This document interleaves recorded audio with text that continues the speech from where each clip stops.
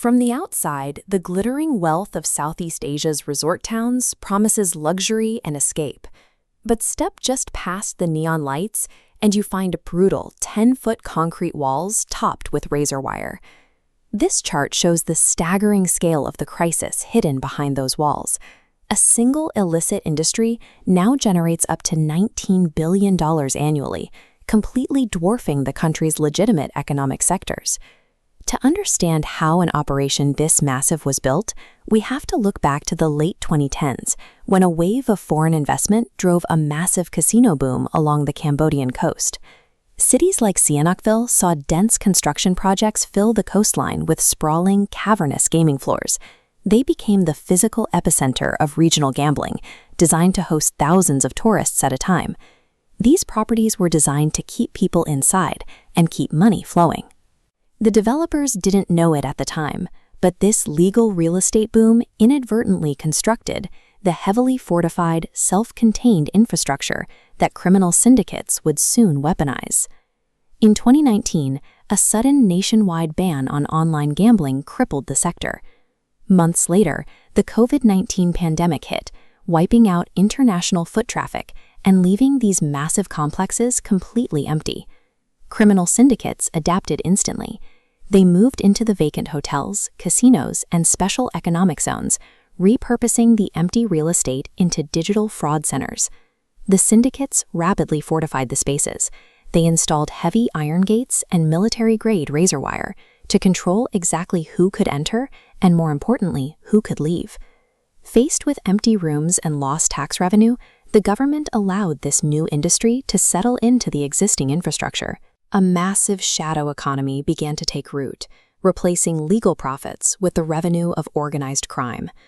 Inside these compounds, the syndicates run a highly structured fraud operation known as pig butchering. Instead of relying on quick technical computer hacks, it depends on patient, systematic psychological manipulation. This diagram shows their pipeline. First, the developer sends digital lures. Once engaged, the chatter spends weeks building a fake, intimate relationship. Finally, the killer convinces the victim to invest in a fraudulent crypto platform, draining their assets. By dividing the labor into this assembly line process, the syndicates ruthlessly scale the manipulation, making the crime nearly impossible to trace to a mastermind. The people executing these scams are rarely willing criminals. They are a trafficked workforce made up of hundreds of thousands of desperate job seekers, lured from India, China, and across Africa. Recruiters post deceptive advertisements on Facebook and Telegram, promising high-paying, legitimate customer service roles with free housing and travel. The moment the workers arrive, the trap springs.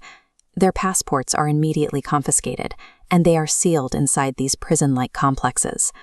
The syndicates utilize panopticon-style surveillance networks, with cameras explicitly pointed inward to monitor the workforce and strictly prevent escape. Managers enforce demanding daily financial quotas. Workers who miss targets or attempt to flee face violent punishments, including confinement in dark rooms, severe beatings, and torture with electric shock batons. The digital victims, losing their life savings, and the physical workers forced to steal it are trapped inside the exact same criminal machine.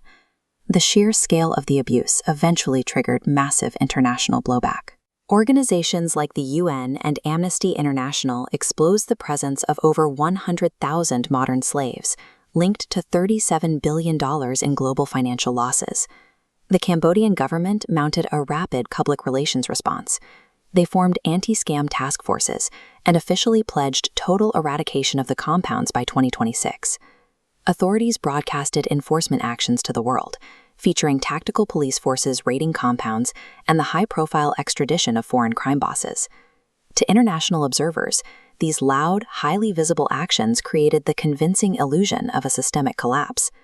But deep-seated political corruption protects the local tycoons and elites who actually own the physical real estate housing the compounds. The publicized raids selectively target the low-level, disposable workers. The critical financial infrastructure and the powerful protection networks remain completely intact. Instead of dying, the syndicates simply adapt. They abandon heavily scrutinized areas and shift operations deeper into remote border regions, or cross into neighboring Myanmar and Laos. The eradication of this industry is an illusion. The next time your phone lights up with a curious, friendly, wrong number text, you are likely speaking to a modern-day slave fighting for their life.